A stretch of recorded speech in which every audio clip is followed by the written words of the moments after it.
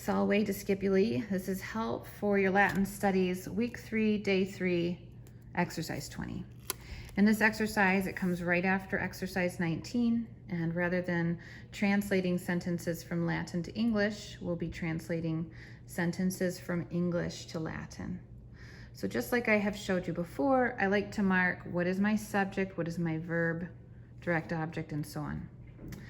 These exercises are giving us practice with indirect objects, and so we can expect to see many indirect objects in these examples.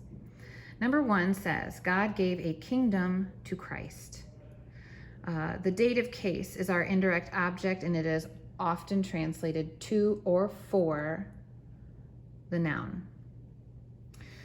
God here is our subject, and it's singular. So checking my masculine noun chart, singular nominative deus is going to be the form of that noun. So deus. I also know from my vocab that gave in the singular form, he gave, is dated, and that should go to the end of my Latin sentence. Generally speaking, my subject will be the first word in a Latin sentence, and my verb will be the last word in a Latin sentence. So, deus, and then dated, which will go at the end. We also have kingdom. God gave what? He gave a kingdom. To whom? To Christ. So kingdom is the direct object, meaning it should be in the accusative case. And I know from my vocabulary that kingdom is regnum regni. So I'm going to look at my neuter noun chart at the accusative regnum. He gave regnum, the kingdom. And then to Christ, Christ being my noun, Christus Christi. This is a masculine noun of the second declension. And I need it in the dative case. It is the indirect object receiving the kingdom to Christ. So I want my noun to read Christo. So when all is said and done, it should read Deus regnum Christo dated.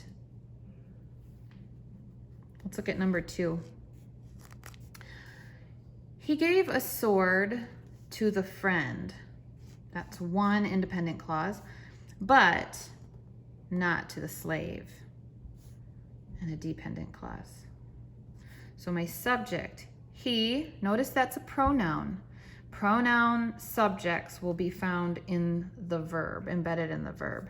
So he gave is my subject and verb. He gave is simply dated, which should go at the end of the sentence.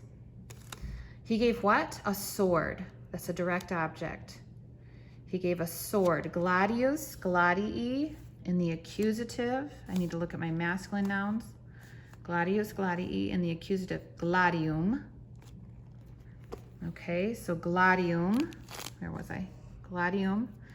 He gave a sword to whom or what? To the friend, and this is singular, and it is the indirect object. He gave the sword to the friend.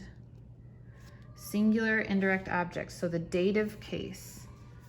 Singular dative. Amicus, amici is the word for friend, so I need to come down to the dative amico.